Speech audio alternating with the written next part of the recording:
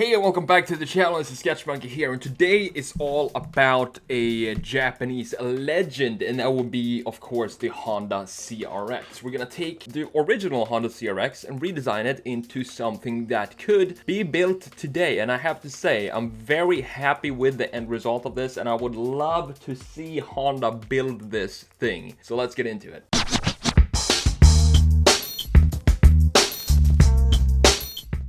So of course, the Honda CRX is a front-wheel drive sports compact car manufactured by Honda between 1983 to 1991. It was replaced by the Honda del Sol for the 1992 model year, which is nowhere near as cool as the original CRX, we all know that. Although there are many supposed definitions for the acronym CRX, the most widely accepted is Civic Renaissance Experimental. Now you know. In the US, the CRX was marketed as an economy sports camback design with room for 2 passengers. Now a camback design, also known as camtail or K-tail, is an automotive styling feature. The rear of the car slopes downward before abruptly cutting off with a vertical surface.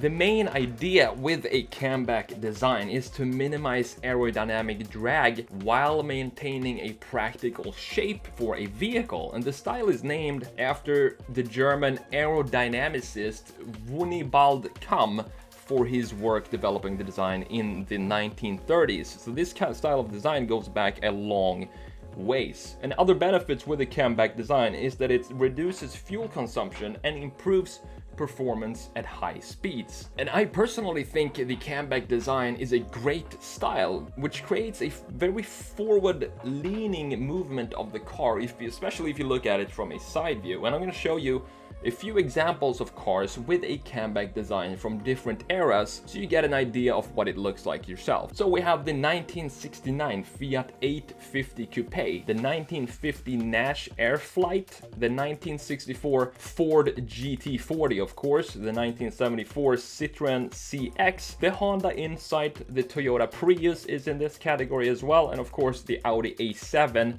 which has a very distinct rear end here. Alright, so now let's get back to the CRX. The European spec CRX received a 130 horsepower engine and a 2+2 seating arrangement, although I'm not sure how you would fit 2 adults in the rear seats of a CRX.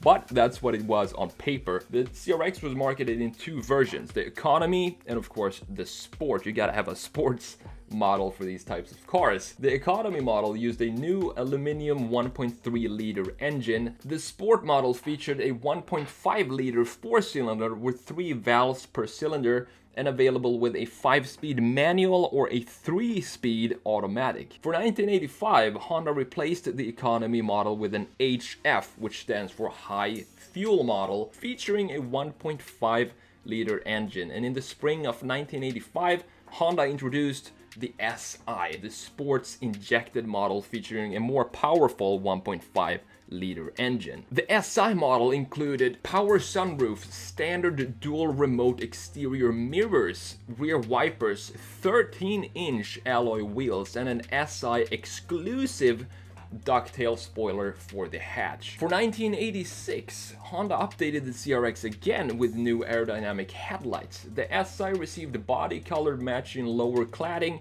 a revised rear spoiler, new bumper covers, and 14-inch alloy wheels. The interior was also upgraded and added a center console with cassette tape storage. 1987 was virtually unchanged from 1986 and would be the final year of the first generation CRX. The Japanese SI and the European 1.6i models put out 135 horsepower in the UK spec and 140 horsepower in the JDM model. North America only had the 1.3 and 1.5 liter engines available at this time. So talking about the CRX, I feel like I have to mention the insane fuel economy. The original 1.3 liter car had an EPA highway mileage of 52 miles per gallon, and that's 4.5 liters per 100 kilometers in 1984, and it was reported to often achieve over 70 miles per gallon or 3.4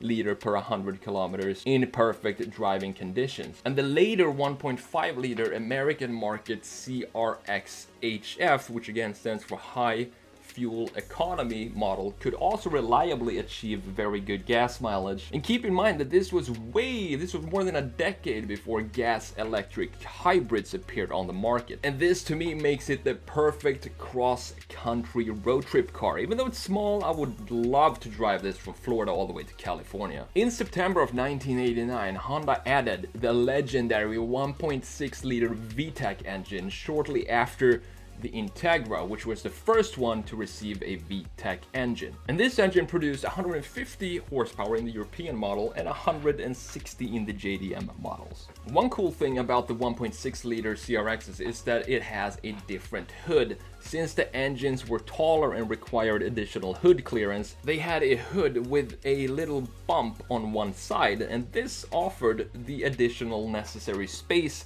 and I think it looks pretty cool. It's different and occurred on a few other Japanese sports cars of this time. One of the options for the JDM CRX was the glass roof panel, which stretched from the top of the windshield and went all the way back to the hatch opening. These special and rare models are extremely sought after today. The CRX was a very popular car of the time and received a number of awards, such as Motor Trend's Import Car of the Year for 1984. It also made Car and Driver magazine's 10 best list for 1985, and the CRX SI was Motor Trend's Import Car of the Year again in 1988. In 1992, something sad happened. Honda replaced the CRX with the Targa-topped Civic-based model called the Honda CRX Del Sol.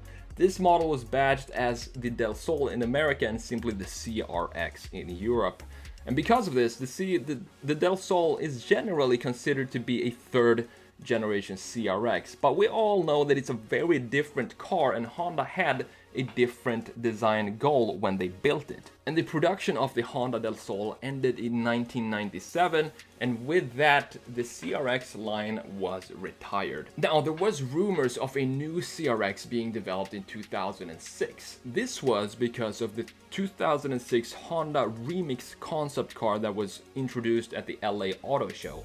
However, Honda later stated that this was just a design exercise and that it would not be put in production. And looking at it, I think that was for the better. So let's talk about the design changes that we're doing and the updates that we're doing here to the CRX. This was, I have to say, one of the most fun times I've had redesigning a car, because I love this. I love the original CRX because it's such a unique and different car, and it's very, you immediately recognize a CRX. It's like a go-kart when you see it in real life. It's so tiny. So I wanted to keep, of course, the proportions of the car. I don't want to make it any bigger because then it would not be a CRX anymore. One thing I really love about Japanese styling and Asian styling in general is that they seem to have a lot of fun with their car designs, and they don't seem to have, I've talked about the new Volkswagen Golf in a previous video, where they have a book this thick when they need to go through when they're designing a new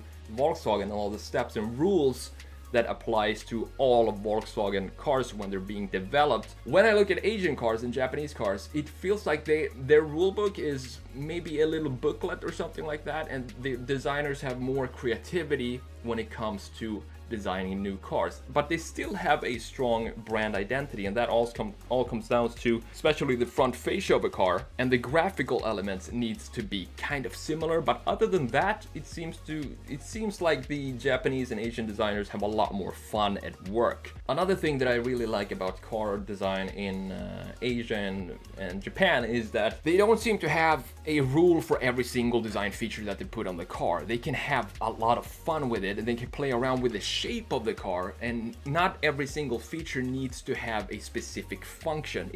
It's kind of the complete opposite to German design, where every single line needs to have a dedicated specific function on the car.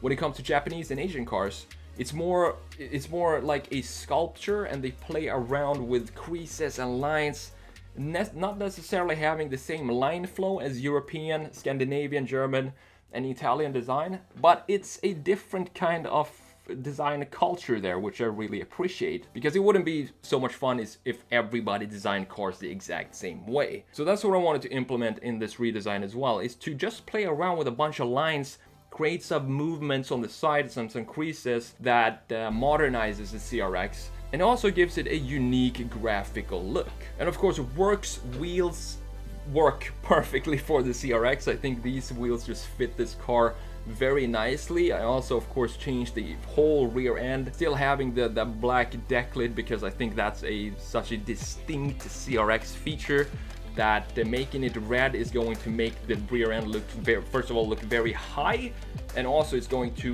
remove one of the key features of the CRX and what it actually is. So that's about it for this redesign. I hope you enjoyed it just as much as I enjoyed making it, and if you did, make sure to hit that like button and subscribe if you're new. I'm the Sketch Monkey. I hope to see you in the next one. Take care.